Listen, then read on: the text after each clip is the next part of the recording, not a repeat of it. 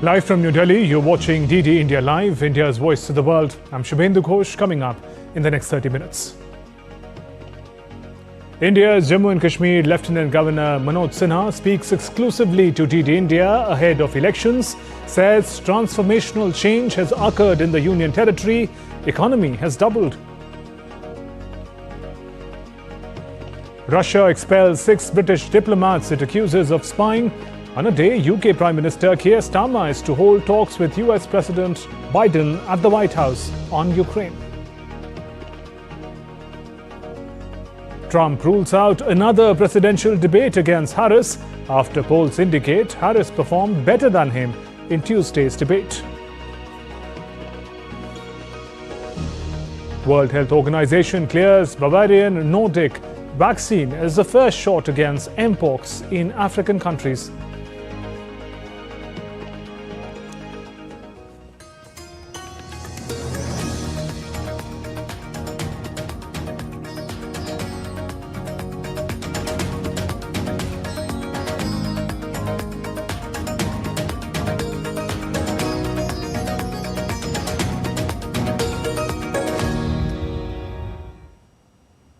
US President Joe Biden will host the 4th in-person Quad Leader Summit in his hometown, Wilmington, Delaware, on September 21st. The summit comes as Biden eyes his foreign policy legacy in his final months as one-term president after dropping out of the 2024 US elections and effectively handing the Democratic Party nomination to his Vice President Kamala Harris. White House spokesperson said the president is looking forward to welcoming Indian Prime Minister Narendra Modi, Australian Prime Minister Anthony Albanese, and Prime Minister Kishida Fumio of Japan. The Quad Leader Summit will focus on bolstering the strategic convergence on Indo-Pacific and delivering concrete benefits in health, security, natural disaster response, maritime security, high-quality infrastructure, critical and emerging technology, climate and clean energy, and cyber security. The White House said India will be hosting the next Quad Summit. At the beginning of this administration, President Biden made the decision to take the Quad to the leader level, and next weekend, President Biden will host the 4th in-person Quad Leader Summit in Wilmington, Delaware. The President looks forward to welcoming Prime Minister of Australia, Prime Minister of India, and the Prime Minister of Japan. This will be President Biden's first time hosting foreign leaders in Wilmington as president, a reflection of his deep personal relationships with each of the Quad leaders and the importance of the Quad to all of our countries. After an astounding face-to-face presidential debate between Donald Trump and Kamala Harris in Philadelphia 2 nights ago, Fox News offered to host another one. All eyes are on possibility of another televised debate between the two. But the question is whether it will happen as differences persist between the two aspirants. Here is Akhilesh Suman's report on how the two aspirants see the evolving situation. Confident after gaining a clear edge in Tuesday's presidential debate in Philadelphia, Democratic presidential candidate Kamala Harris is yearning for another showdown with Donald Trump. Harris's confidence is also buoyed by the fact that many influential names associated with Donald Trump in the past have jumped the ship. Over 200 people who worked for President George H.W. Bush, President George W. Bush, John McCain, and Mitt Romney have endorsed me for president. 2 nights ago, Donald Trump and I had our first debate. And I believe we owe it to the voters to have another debate. Trump is putting up a brave face. He has already declared victory in the ABC News debate. Now, McDonald's has become an unlikely new battleground as Team Trump has demanded evidence to prove Harris's claim that she worked at the popular fast food chain while in college. She worked at McDonald's and she was working so hard. There's only one problem. She didn't work at McDonald's. She's a liar. Liar. As everyone saw 2 nights ago, we had a monumental victory over Comrade Kamala Harris in the presidential debate. So because we've done 2 debates and because they were successful, there will be no 3rd debate. Observers feel that Trump might have reservations confronting Harris again because the post-debate polls have put Harris on front foot. According to the poll, Kamala Harris leads Republican Donald Trump 47% to 42% for November 5 polls. Nevertheless, the next pit stop in this high-octane presidential campaign is supposed to be on 1st of October when vice presidential running mates, Democratic Minnesota Governor Tim Walz and Republican Senator J.D. Vance will square off against each other on CBS News. Akhilesh Suman's report for DD India. British Prime Minister Keir Starmer is in the United States for talks with US President Joe Biden on issues of mutual and global concerns. US President will host British Prime Minister at the White House on Friday. The leaders will have in-depth discussions on the range of global issues of mutual interest, including continuing robust support to Ukraine, securing a hostage release and ceasefire deal to end the Gaza conflict, protecting international shipping in the Red Sea from the Houthi threats, and advancing a free and open Indo-Pacific. Meanwhile, Russia's Federal Security Service said it had revoked the accreditation of 6 British diplomats in Moscow on Friday. Their action shows signs of what they say spying and sabotage work. The Federal Security Service reported a British Foreign Office department in London, overseeing Eastern Europe and Central Asia, was coordinating the escalation of political and military situation. The department was also tasked with ensuring Russia's loss in its conflict against Ukraine. It added the facts revealed gave grounds to consider the activities of British diplomats as threatening the security of the Russian Federation. Kremlin spokesperson Dmitry Peskov has said that Russia's decision to expel 6 British diplomats over espionage concerns is not related to any effort to sever diplomatic ties with London. Russian President Vladimir Putin issued a stark warning to the West, stating that by providing Ukraine with long-range weapons to attack Russian territory, Western countries are risking direct involvement in the Russia-Ukraine conflict. Putin stressed that Ukraine lacks the technical ability to operate these advanced missile systems on its own, meaning NATO military personnel would have to handle critical tasks like satellite targeting and flight path programming. According to Putin, this involvement would make the West an active participant, leading to a significant and dangerous expansion of the conflict.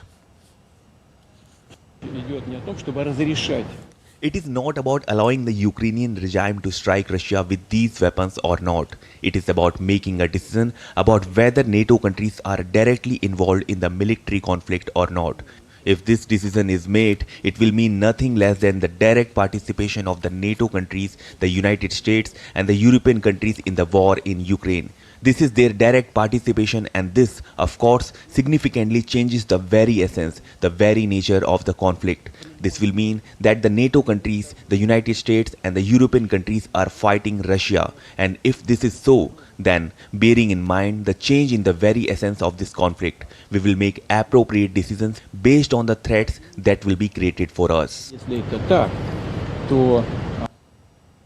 Ships from Russia's northern fleet have fired cruise missiles at targets in Barents Sea as part of the Ocean 2024 Navy drills on Friday.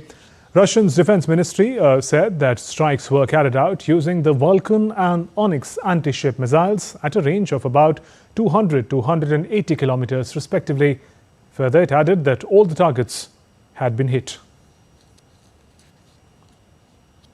Moving on, families and supporters of hostages still held in Gaza took to streets in Tel Aviv on Friday, demanding the government to put more efforts to secure a deal.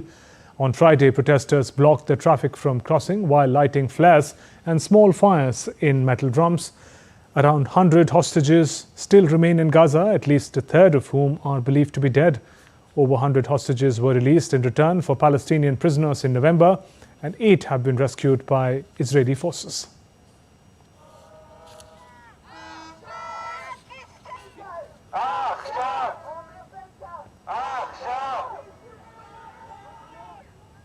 Spain is hosting a meeting bringing together ministers from Muslim and European countries to push forward a two-state solution for the Israeli-Palestinian conflict. The gathering will include members of the Arab Islamic Contact Group for Gaza, such as Egypt, Qatar, Saudi Arabia and Turkey.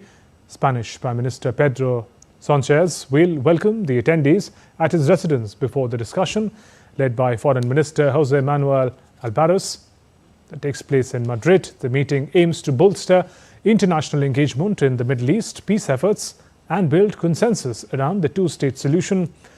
This follows Spain's recognition in May of a Palestinian state alongside Ireland and Norway. Germany and Lithuania signed a defense cooperation agreement in Berlin on Friday. German Defense Minister Boris Pistorius said the deal is aimed at stationing up to 4,000 German troops on NATO's eastern flank in the Baltic country by 2027. Construction of future German base began earlier this year. He also added that the cost is around 4 to 6 billion euros for investment into the brigade. North Korean leader Kim Jong-un visited a uranium enrichment facility, calling for development of new centrifuges to increase weapons-grade material production, further advancing the country's nuclear arsenal. Kim's visit to the Nuclear Weapons Institute offers a rare look inside North Korea's banned nuclear program. He emphasized the importance of expanding the arsenal for both self-defense and preemptive strikes, citing escalating threats from the US and its allies. Kim also oversaw the test of a new 600 multiple launch rocket system and guided a special forces drill. North Korea's nuclear weapons programs are banned by United Nations Security Council resolutions, but the country is believed to have several sites for enriching uranium. South Korea has strongly condemned North Korea over the uranium enrichment facility and Kim's vows to boost his country's nuclear capability. North Korea's illegal development of nuclear weapons is a clear violation of multiple United Nations Security Council resolutions and poses a serious threat to peace on the Korean peninsula and the world. Under no circumstances will we or the international community never accept North Korea's possession of nuclear weapons, and North Korea must clearly recognize this. In Sri Lanka, postal voting for the 2024 presidential election concluded on Thursday. The postal voting took place on the 4th, 5th and 6th September, and for the voters who were unable to cast their postal ballots on those dates, additional opportunities were provided on Wednesday and Thursday. Local media quoted the Department of Post saying that some 694,000 presidential postal ballots paper were received so far. Reports added that 95% of these ballots have already been dispatched to the district returning officers. The election is scheduled for 21st of this month to elect the 9th executive president of the island nation. The election, being the first one after the widespread protests that shook the nation in 2022, is being termed as a pivotal moment in Sri Lanka's political and economic history. The collapse, which witnessed an acute shortage of essentials, led to mass protests and former President Gotabaya Rajapaksa to flee and resign as 17 million voters gear up for polls next Saturday. The election is expected to be highly contested and influential for the island's future. So what are the key issues of these elections? Let's take a look at them one by one. IMF deal is a key area of discussion. Corruption, a major issue under previous regimes. Then there's ethnic issue for Tamil voters. Also, implementation of the 13th Amendment is a major issue which oversees decentralization of power to the provincial councils. From Sri Lanka to Nepal, Nepalese Prime Minister KP Sharma Oli addressed Nepal Infrastructure Summit 2024 in Kathmandu on Friday. He emphasized infrastructure as the lifeblood of the national economy and the foundation to build a better future. The government has set high priority toward infrastructure development, which is the lifeline for our economic prosperity. Particularly, my administration recognizes that investing in infrastructure is investing in our people. It is about creating jobs.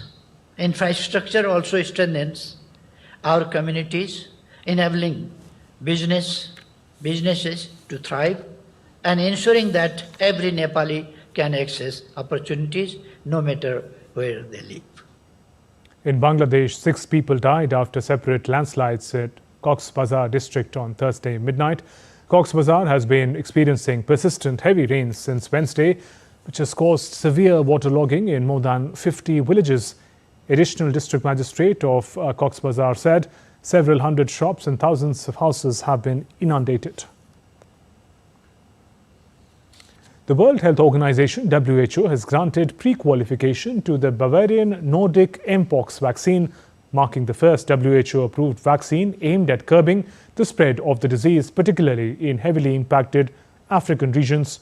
The approval enables developing countries, which often lack the infrastructure for extensive vaccine safety and efficacy assessments, to access the vaccine.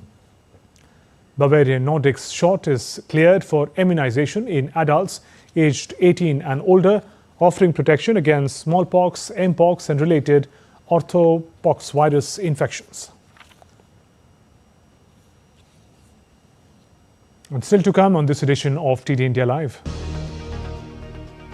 India's Minister of External Affairs S. Jaishankar interacts with the Indian community in Geneva, narrates the shocking details of the 1984 plane hijack, says his father was on the flight. Theme of the World Ozone Day is advancing climate action.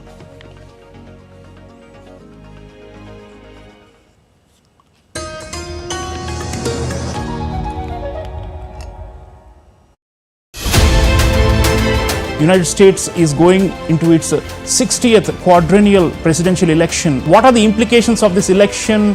What is the state of democracy in the United States? Can India and the United States work together? What are the values?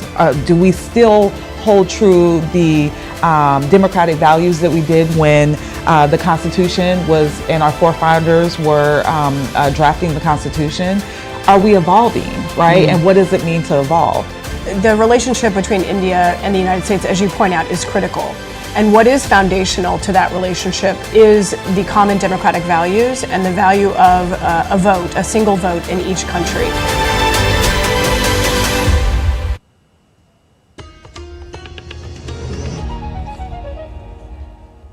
Welcome back. You're watching DD India Live. I'm Shubhendu Ghosh. Updates on the upcoming assembly elections to be held in Indian Union Territory of Jammu and Kashmir. Scrutiny of nominations will be held for the third phase of assembly polls in the North Indian Union Territory. The candidates can withdraw their nomination papers by or before 17th of September. As many as 483 candidates have filed their nomination papers across 40 assembly constituencies of 7 districts of Jammu and Kashmir. Polling for the third phase will be held on 1st October, while polling for the first and second polls will be held on September 18th and 25th. In J&K, the first assembly elections post-abrogation of Article 370 is going to be significant after a decade. DD India correspondent Sakal Bhatt exclusively speaks with the Lieutenant Governor of Jammu and Kashmir, Manoj Sinha, on the upcoming assembly elections. Here's more.